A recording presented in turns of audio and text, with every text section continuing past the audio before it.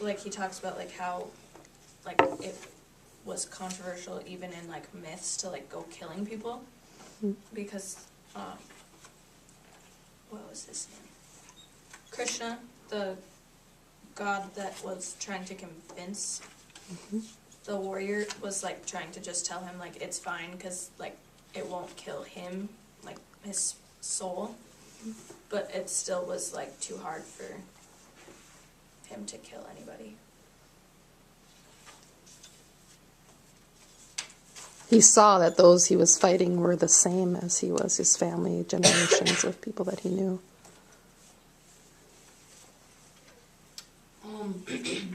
On page 44, he brings up how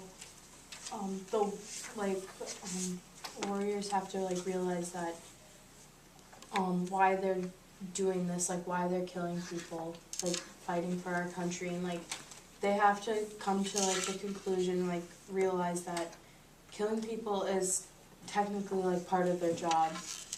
You can't just stand around in the war and like feel sad for people. Like you have to move on fast, which I feel like is really hard. Would have been a really hard trait for a lot of people, because a lot of people have good hearts, and especially people who are brave enough to fight for our country. I feel like seeing that stuff would be hard, but you just have to move on. It's like you almost have to like numb your heart and your brain to be able to go to war and like prepare yourself.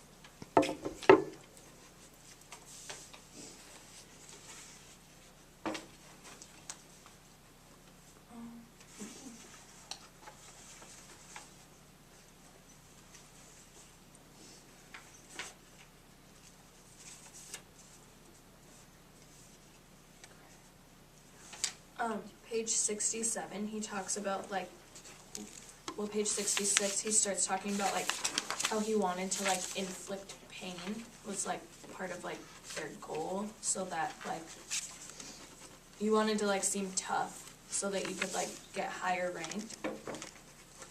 But on page 67, he says, like, I love this power, and I love it still, and it scares the hell out of me, like, just talking, like, he doesn't know if it's, like, a good thing that he, like, enjoyed the pain that he inflicted. And he gives such good description in the paragraph above it on page 67. He talks about, like, all of the different things that they did, like, from the air, and, so it was just, like, very powerful that, like, he didn't even know if, like, it was okay of him to enjoy what he was doing. Yeah, like on 69 when he's like, so am I a killer? No, but part of me is. Am I a torturer? No, but part of me is. So like, he's like thinking that, yes, he's a good guy, but he has some bad traits, which is pretty much, which is everybody. Mm-hmm. Everybody does bad stuff, like, there's nobody perfect.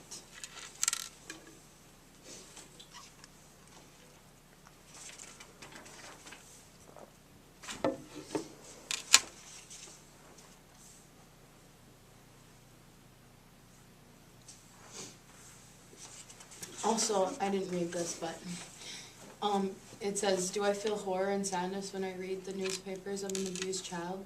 Yes, but am I fantasized? I read the whole article, every gruesome detail. I feel like that's just a normal thing. Like, people like really get caught into that stuff. I know sometimes I can get lost, and after I read it, I'm like, what did I just read? I'm like, why did I read this for so long is the thing. But it's like people want to like, they want to like know stuff. They want to know that stuff like this happens in our world, like even the ugly details. I know people like to hide the ugly details, but everybody secretly wants to know about it. Right. And I think that they're like a necessary part of life. Like you can't just always live like the rainbow butterfly part of life. You have to see and live in some of the bad stuff. Mm-hmm. Something that really struck out to me as, or something that just struck out to me in general, like engaged me with the text, is how he provided an example on page 50. He talks about how he was in a therapy session, I believe, and he had a moment of PTSD. So it starts with about 5 lines down, I want to say. couple more. He says, within a minute of starting the apology, I broke down wailing like a frightened child. Out came a torrent of terrible memories and remorse. This is the first time I felt any emotion about having killed. It was about 10 years after the action. I sobbed and ran snot for hours that day, walking and running alone in the woods, my childhood place of solace. My ribs ached. The crying started again the next day, and would start again days and even weeks afterward, and go on for hours at a time. And he also goes on to say in the next paragraph, how the group was well-intentioned but woefully ignorant, as was he, of PTSD, and went on to never join another therapy session again. It stuck out to me. Why? I don't know, it just caught my attention, and I also have quite a bit of like knowledge on PTSD compared to other things like dealing with war. I guess it just kind of stuck out to me for that reason.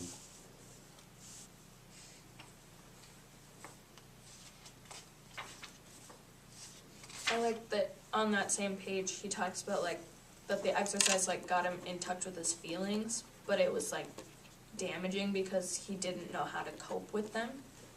So he was like, he knew that he needed to get his feelings out there, but he also needed someone to tell him how to like cope with it so that he didn't just keep like feeling it.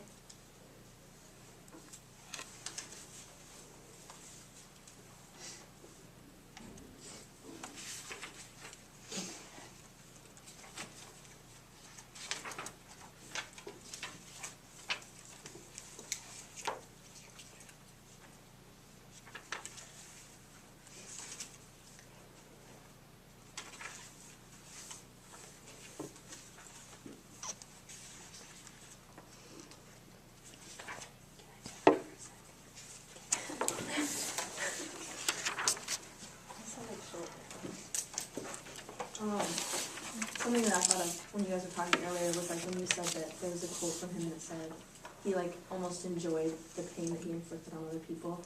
And I was just thinking about like putting myself in that place, if that were to happen to me, like how could you not almost enjoy it? Because you've already seen all these people that you care about just like slaughtered by these other, like these bad guys. And of course they're seeing the same thing.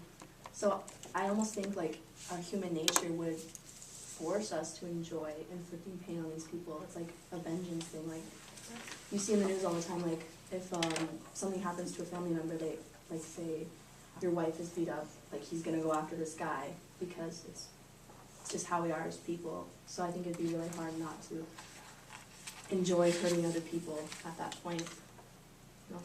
Like making the scores even, kind of. Yeah.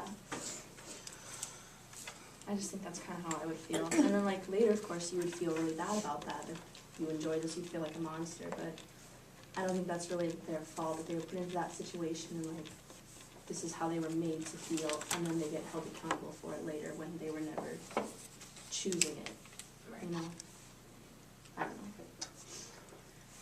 I can't remember where, but he talks about like how like he feels bad, but like he's like not sure that he should because of how like so many people feel bad about it. Like it's not just him, but he like knows that like it's not all of him going out there like that. Like it's just specific parts of him.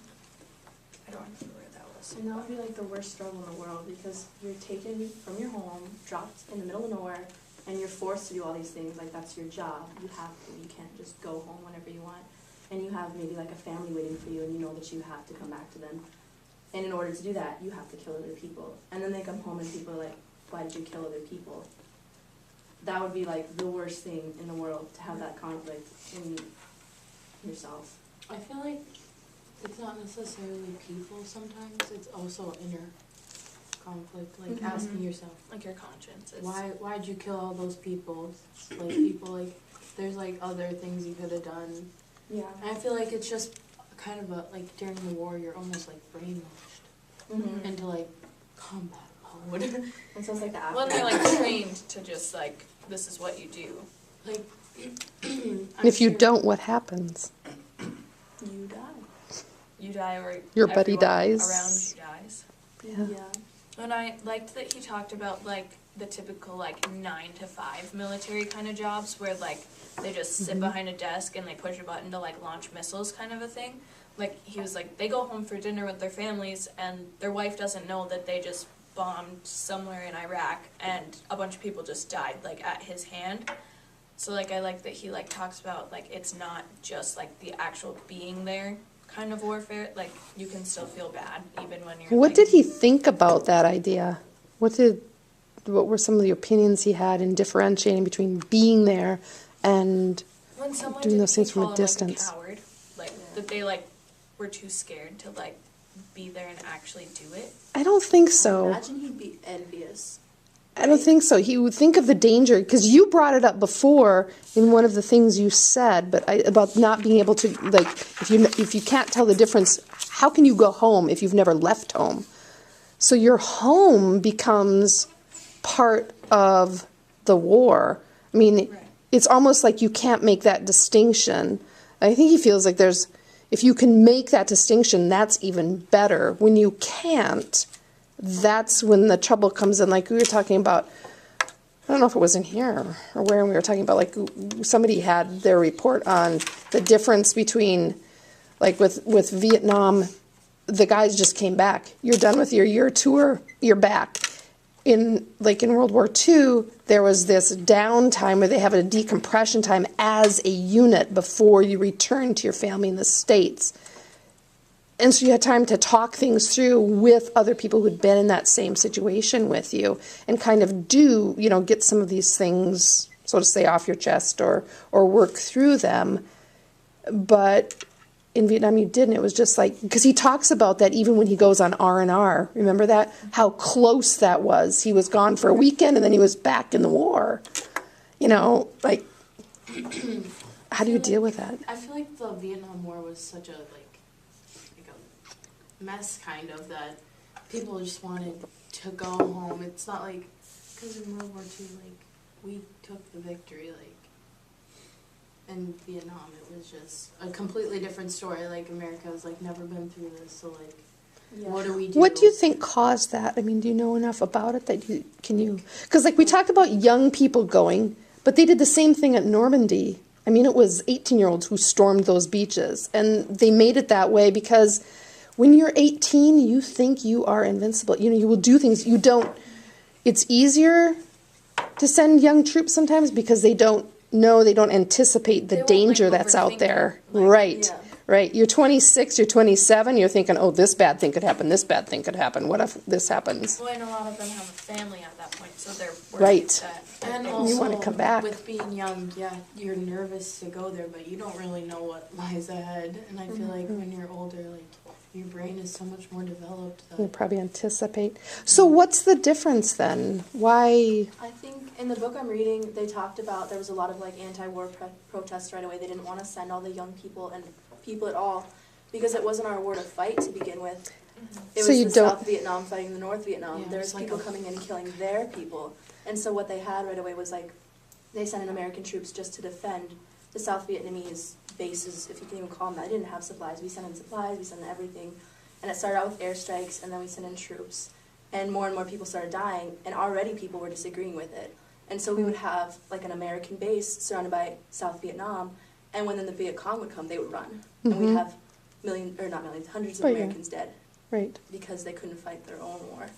So, So you don't have a goal set out that is like an American goal. It's almost like the frog in the warm water. It gets warmer and warmer and warmer until you don't even notice it, and all of a sudden, there you are. I feel like there's a lot of people who just controversially believe that we shouldn't have got into it in the first Yep. place. It wasn't really our business. But that's like what America has been, like, always. Like, we've been the big help. Like, we've Yeah, been it's almost the like we were trying to heroes. show off and like, Yeah. here, we can do it for you. But really, I feel like they should have just at least stepped up more than they did. And I feel like they really just jumped into it. Like, I there have was no a idea. plan, but They there didn't know wasn't there a were plan. Intricate tunnel When systems he gives and things like examples, Yeah, we of, just like, were not going aware of that us, kind of fighting. Like now we go to Iraq, and it's not really our fight. Still, like he Yeah, discusses, it's like very how much like that. it still happens today. Like it's not Yeah. just what happened back then. Iraq, Still, Afghanistan, Syria. We go Yeah. everywhere. And I have, because of that, I have a kind of, again, controversial opinion on it, which is like, I don't understand why we have to, like, they tell you when we're young, like, these people are fighting to keep us safe. And to an extent, that's true, but sometimes it's just us overstepping our boundaries. And it feels like getting people killed for no reason, because really, when was that going to come to us? So And then we have- that's kind of the same, like, if you go back to World War II, that was part of it too. Until they bombed Pearl Harbor, America was very standoffish, and we did not want to get involved. But once Pearl Harbor was bombed, then we got into the war. But I think there was a clearer mandate, you know, when you saw what was happening when the Nazis were coming across Europe. But yeah, you have to think, like, when is it our war? What? And I think that's part of what this book does. I think it's important because it's going to make you think, as the next generation, like, when do we want troops in a battle, and when don't we? And what's going to keep us safe and what's not? You know, and to be able to think that through, just to connect with, they're not just out there, but to actually engage and think, you know. And America kind of just came in all puffy-chested with all of our, like, big weapons and stuff, and they bombed them crazy, and it didn't do anything because they were In underground. tunnels. They Yep. didn't know. It was a whole different way of fighting, and we weren't prepared for that. Yeah. I just feel like also I like watched this thing on the Vietnam War, and like many like people came in from America, all those troops, they would get confused on who's like part of the Viet Cong, like South Vietnamese. So they killed a lot of the good guys, and like to like feel that Who's who? confusion, like that Well, would be. It's not just confusion. Like, in the book I was reading, there's even, like, quotes from the Viet Cong. They would go into villages and you wouldn't even know. So you Yeah. would see, like, a little girl. There was a Marine who, he watched his friend die because he went up to hug a little girl Yeah. and went to give her clothes, And and he blew up. Yeah. And, like, even in the villages they would go into, they would ask for, or they would give them food and stuff. And then when they would go to sleep, the villagers would kill them. Yes. Like the Viet Cong. Yeah. And Yeah. the villagers couldn't say anything because they didn't want to die. Yeah. So, yeah, that would be scary. It was like save yourself kind of. It is. It is. Okay, good discussion.